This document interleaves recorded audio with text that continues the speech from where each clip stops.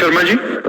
राधे राधे जी राधे राधे महाराज जी। महाराज जी, मैं विद्यार्थी हूँ और नौकरी प्राप्त करने के लिए मैंने बहुत मेहनत की, लेकिन सफलता नहीं मिली। वहीं मेरे मित्र जिन्होंने बहुत कम या बिल्कुल परिश्रम नहीं किया, उनको बहुत अच्छी नौकरी मिली। महाराज जी, ये सबसे मन में तुलना की भावना आती है और आगे आने वाले समय में परिश्रम करने में मन नहीं ऐसा आता है और ऐसा होता है और ऐसा होता ही रहेगा। इसमें क्या होता है बच्चा कि ईमानदारी से देखो, तुम पुरुषार्थ मतलब मेहनत तो खूब कर रहे हो। ऐसा कोई नहीं चाहता कि मैं फेल हूं, ऐसा कोई नहीं चाहता कि मेरा कहीं स्तर गिरे। सब बड़े बनना चाहते हैं, सब सुखी होना चाहते हैं, पर प्रायः सफलता किसी किसी को मिलती है। जो तुमसे कम मेहनत किए होगा वो भी सफल दिखाई दे सकता है, जो तुमसे कम बुद्धि रखता है वो भी ऊंचे पद पर बैठा दिखाई दे सकता है। इसका तात्पर्य होता है पूर्व प्रारब्ध। अब इसे माने या ना माने, जैसे वर्तमान में हम मेहनत बहुत कर रहे हैं, पर हमारा कर्म है हमें दुख देने के लिए तत्पर है, तो हर जगह से मुझे गिरा रहा है, हर जगह से परास्त कर रहा है। व्यापार में घाटा, पढ़ाई में वो चाहे जितना पढ़े वो उतने नंबर नहीं ला पा रहा है, वो चाहे जितना प्रयास करे उसे। इंजीनियरिंग पढ़े बड़े बड़े और गांव गली में ऐसे बैठे, कोई उनको नौकरी नहीं मिल रही। कितने ऐसे बहुत बुद्धिमान हैं लेकिन खाने पीने तक की व्यवस्था सही नहीं है। कितने ऐसे हैं कि उनको ज्ञान नहीं, बिल्कुल बुद्धिमंद भी है लेकिन वो कार में चल रहे हैं, भारी व्यवस्थाएं हैं। पूर्व पुण्य और पूर्व पाप। अब हम क्या करें, नया ऐसा कार्य करें कि पूर्व को विध्वंस कर दें। वो है भगवान का आश्रय और भजन, दूसरा कोई नहीं। भजन के द्वारा हम अपने कर्मों को जो हमारी उन्नति में बाधा पहुंचा रहे हैं उनको विध्वंस करें। अब वो किस कोटि के कर्म है, कितने दिन भजन करना पड़ेगा, इसका कोई परिचय नहीं जानता है। इसीलिए हम धर्म पूर्वक वर्तमान में चले, कोई पाप न करें और नाम जप करें और विश्वास ये रखें कि एक न एक दिन हमें सफलता मिलेगी, जिस दिन हमारे असफलता प्रदान करने वाले पाप कर्म वो नष्ट हो जाएंगे, पक्का मिल जाएंगे। मान लो आप पढ़ रहे हो तो आप पढ़ाई में एक साथ नाम को भी ले लीजिए।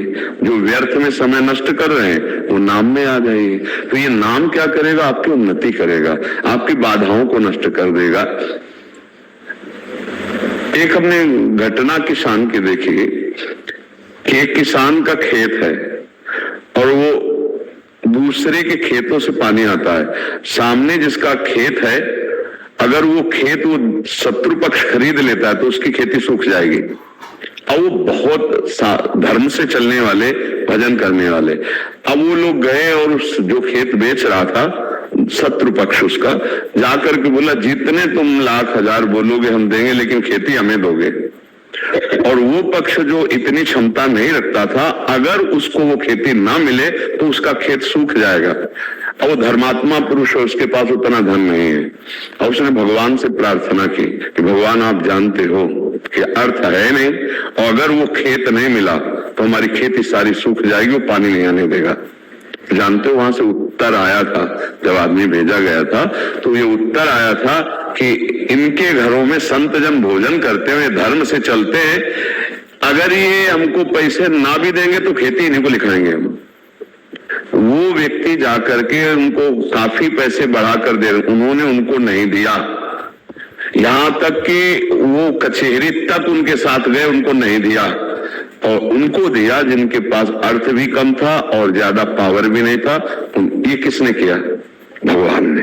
ये बात हम, और वो मिलते ही खेती में सारी सुविधाएं उनकी पहुंच जाएंगी, जल आदि की, जहां से ट्यूबवेल था। अगर वो ना मिलता तो उनकी खेती सुखा देते। ऐसे लोगों स्वभाव के थे, हम नहीं जाने देंगे। हमें लगता है धर्म से चला जाए और नाम जब किया जाए। ये जीवन भर बात याद रहे कि इनके घर में संत पाते हैं, ये धर्म से चलते हैं, अगर ये पैसे नहीं देंगे तो भी खेती लिखा देंगे हम, बेचेंगे तो उसी को बेचेंगे, वो चाहे जितना कम दे पैसा। ये बात किसने उनके दिमाग में डाली। अर्थ तो बड़ा प्रलोभन की चीज होती है, भैया बेच ही रहे तो जब जहां हमें ज्यादा मिल रहा है उसी को देंगे, लेकिन धर्म की बात। तो हम अगर धर्म से चलते हैं, नाम जप करते हैं, तो भगवान मति बदल देते हैं। हमें लगता है यदि हम नाम जप करें और धर्म से चले तो भगवान सहायक करते हैं, ये देखा गया है। हर उन्नति हमारा पाप कर्म गिराना चाहता है, पाप कर्म बाधा देता है। अब जैसे कोई अभी वर्तमान में पाप कर रहा हो, बढ़ता चला जा रहा है, तो उसका पूर्व का पुण्य उसे बढ़ा रहा है। वर्तमान में पुण्य कर रहा हो, गिरता चला जा रहा है, वो उसका पूर्व का पाप नष्ट हो रहा है, उसको गिरा रहा है। अब जब पुण्य इस कोटि का हो जाए, नाम जब भजन, कि उसको विध्वंस कर दे, तब मंगल होता है। अब ये बात समझ में आ जाए तो है। अब 4 दिन हम जपे और सोचा हमारी नौकरी नहीं लगी तो हम नाम जप छोड़ दे, तो फिर धैर्य पूर्वक न जपने के कारण फिर अश्रद्धा हो जाएगी। यदि हम नाम जप करें और खूब अच्छी पढ़ाई करें और प्रयास करें, तो हमारा प्रयास और भगवान की कृपा दोनों इससे हर काम हो जाएगा। हमारा प्रयास धैर्य पूर्वक और नाम जप, तो भगवान आपको परम धनी बना देंगे। वो लक्ष्मीपति हैं, क्या कमी है उनके पास, वो हमारा जीवन सुधार देंगे। इतना विश्वास कर लो। जरूरी थोड़ी कि नौकरी के द्वारा ही तुम्हें धन मिलेगा, वो कहां से कैसे व्यवस्था करते, ये तो भगवान का जो भजन करते वो जानते हैं। वो किस दिशा से आपको धनी बना देंगे आपको पता भी नहीं चलेगा। इसलिए हमें लगता है भगवान का आश्रय लो, नाम जप करो, खूब कर्तव्य कर्म करो, जो पढ़ाई लिखाई नो हर प्रयास करो। आज नहीं तो कल सफलता मिलेगी।